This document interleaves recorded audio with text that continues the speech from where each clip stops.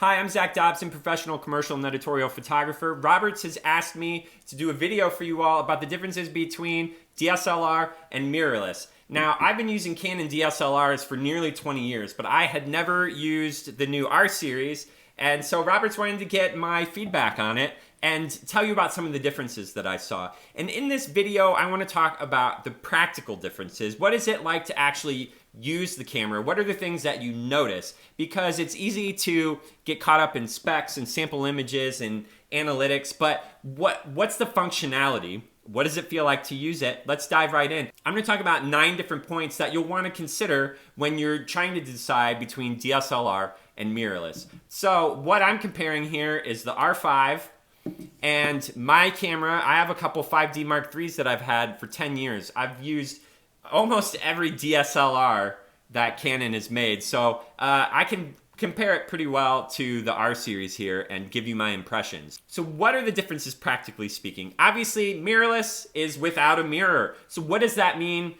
functionally? Well, if you're unfamiliar, when you've got a lens on your DSLR, the light's coming through the lens, bouncing off the mirrors and prism, and then you're looking and you're seeing the world in front of you. Well, with not having a mirror, you're looking at the sensor. The sensor is projecting an image onto an LCD screen in the viewfinder. So you're looking at a screen. So right off, that's the main difference you're gonna notice. And some people much prefer the optical. Other people, like myself, don't really care. It was a little bit of an adjustment when I first used a mirrorless camera, but it's preferable to me because I like being able to see the exposure that I'm getting. Why not use every bit of technology you can to take a better photo? So when I'm looking through here and I'm changing my settings, I see the exposure that I'm gonna get, and that is a huge benefit right off the bat. So another thing is the size and the weight. So you'll notice that the DSLR, because of that mirror and the prism up in the top, has a bit more bulk to it than the mirrorless camera.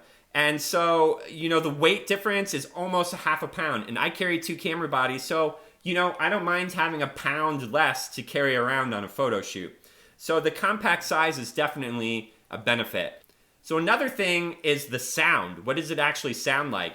A DSLR is louder by a significant margin than the mirrorless camera because the bulk of the noise you hear of the camera is that mirror slapping up and down. So it cuts down a lot on the sound. Now, something else you can do with the mirrorless camera is you can turn it on electronic shutter, which means it's not even using that mechanical shutter anymore, and it's completely silent operation.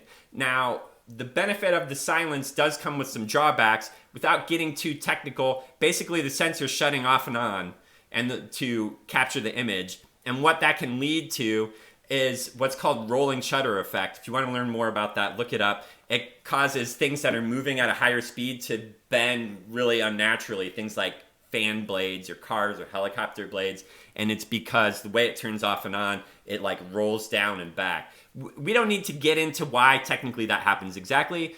You just know if you're photographing action in the electronic, completely silent shutter mode, you are likely to run into some problems. Now, the main thing I noticed immediately was how fast the autofocus is. It is so ridiculously quick in these new mirrorless cameras. And part of that reason is because of the mirror. Because in the DSLR, you're focusing with the mirror down because you're tracking and you're focusing. And when the mirror flips up, that breaks a connection with the autofocus. And so during high-speed continuous shooting, DSLR struggles a bit with following the subject, except for the very, very highest end DSLRs. Now, with the mirrorless cameras, the focusing is happening right on the same plane as the sensor. So even when you're taking 10, 12 frames per second in this camera, it is always focusing the whole time. So the speed is super fast. Another difference is the number of focus points. If you've used a DSLR, you'll notice the focus points usually form kind of a diamond, and you can choose your points, but there's really not that many. Whereas with the mirrorless camera, there are focus points everywhere. You can go anywhere on the sensor, even in the very corner, all around the edges. If you want to focus on the very edge, you can do that. You'll know, if you're a photographer, you know that look of focus, compose, focus, compose. You don't really need to do that as much because you can get those focus points so precise that you don't need to move your camera to a focus point. Big difference there. These also have new autofocus systems where you can set it to people, animals, or vehicles. So people, it'll lock on to somebody's eye when you're photographing people.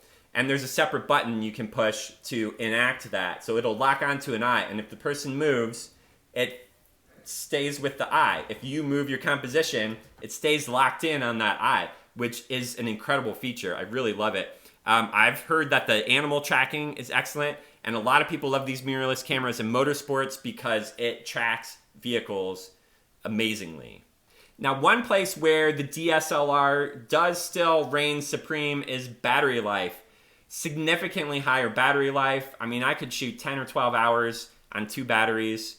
You know, I might have to use 4 batteries in the same amount of time. I haven't put it through all the tests, but from what I've read, it's about half the battery life because you're powering a second screen. You're always looking through a screen, so that's going to use up more battery.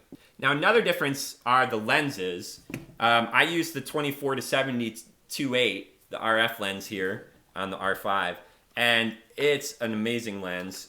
I was very impressed with it. Now, what's different about the lenses are, so one, if you already have a DSLR, you probably have the EF lenses. These take RF lenses. You can buy an adapter. I've heard the autofocusing is great with the adapter, but these are even higher quality lenses, generally speaking, than the EF series.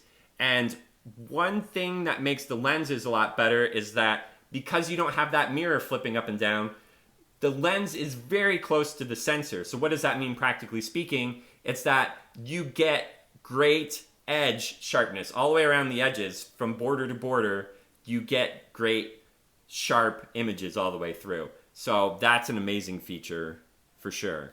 Now, the other thing that's really cool about these lenses, and I'm going to talk about it now in the next section, ergonomics and functionality, is, so, you know, we're all used to the zoom, and then you've got your manual focus ring, and then now these have a customizable ring here, control ring, and you can set this to be any number of different functions, and it's really cool. So here's what I did that I found that I really liked with these. So talking about the ergonomics, first let's jump back to the older style with the DSLR.